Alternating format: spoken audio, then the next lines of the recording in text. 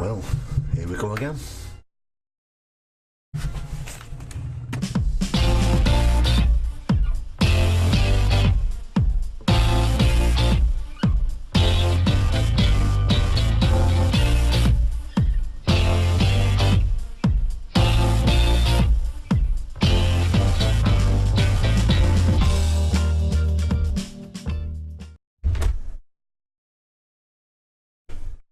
Hello there and welcome back to the channel. This is going to be a brand new set of videos which is going to be a bit more relaxed than normal. And the reason why I'm doing them is because if anybody's following the channel know that I've just done the UCLP plan, which is meant to keep your cholesterol under 5.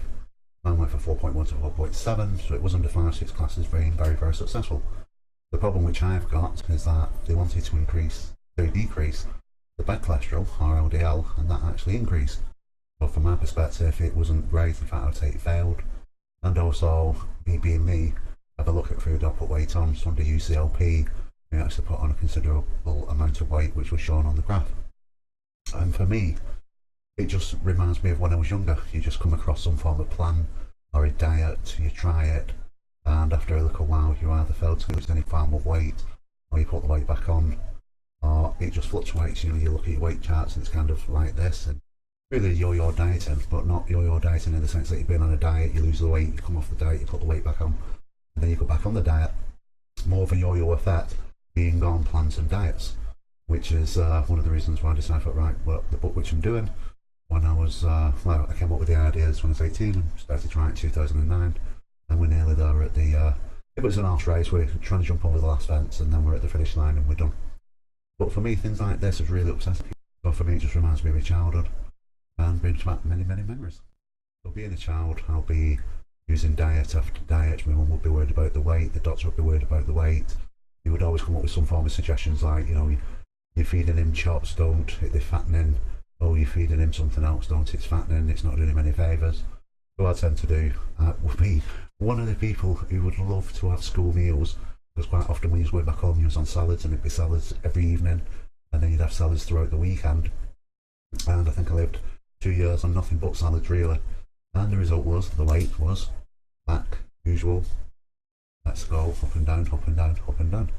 And you know, even recently I was trying to put weight on safely, which is part of the topic of the book, and you do get to a point where no matter what you eat really, you're going to eat it a optimum weight, which in my case was 21 stone, which was the biggest I'd actually ever been.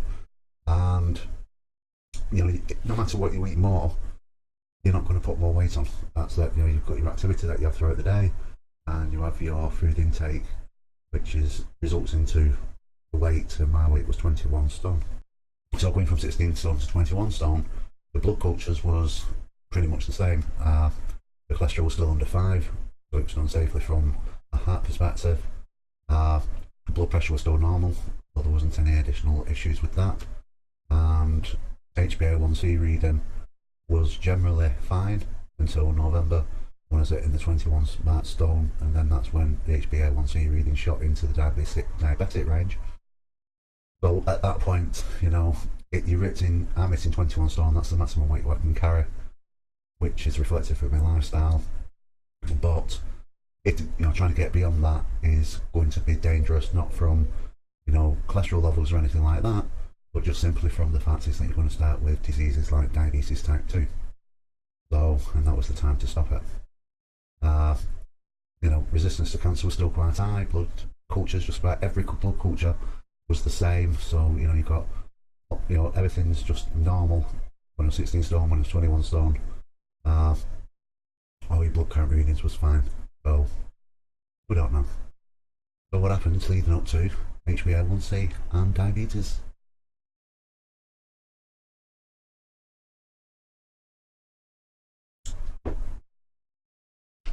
Well, in a couple of years leading up to when I got diagnosed with diabetes type 2, basically I was trying to exceed the 21 stone mark, and it was difficult. So the line was literally once again like that, instead of just going up, and that's where more or less when I hit the limit. On the second year I went down to the doctors who were showing concern with the weight issue, and they decided to try tablets. And I found a really, really nifty trick. If you actually go into the doctor and say, look, I'm looking at tablets, is that XLS Medical or the equivalent? So about £40 a month, I'm going to try and use those to lose weight. And the doctors will immediately put you on Orostat, which is either free if you're not working, or if you've got an NHS certificate, or, you know, what is it these days, £9 a month, which is good, you know, a dramatic drop from £40 a month to £9 a month. So I'll use these, and, you know, some months you'll lose £2, you may put £1 back on again, then you lose £2, and under doctor's supervision, people on these tablets, the Orostat, you have to go back every month to be weighed to get more, which I found was interesting. And even though, say, over a 6-month period I may have lost 3 or 4 pounds, that was being classed as a really, really good result. Because, you know, you'd lost a little bit of weight, and you'd be, as the health trainers will say, you know, go and get yourself a bag of sugar, that's how much £2 weighs. To lose that sort of amount of weight is quite an achievement. So the tablets are working, and we were quite happy with the results. But, you know, the fact is that the weight was very similar to the year before. It was still around 21 stone. It was only until I had a traditional blood test in November when I went in there, and they said, well, bad news, you're now diabetic, what do you want to do? Which I found was really, really difficult, and especially with the ideas that you can look at diabetic information even on the internet, and it'll come up with diets and tell you what to do, and how to try and reverse the diabetes, or at best really, how to try and live with diabetes and not get in a position where you may slip into a coma. But the general rule of thumb is, take medication, that's your best bet.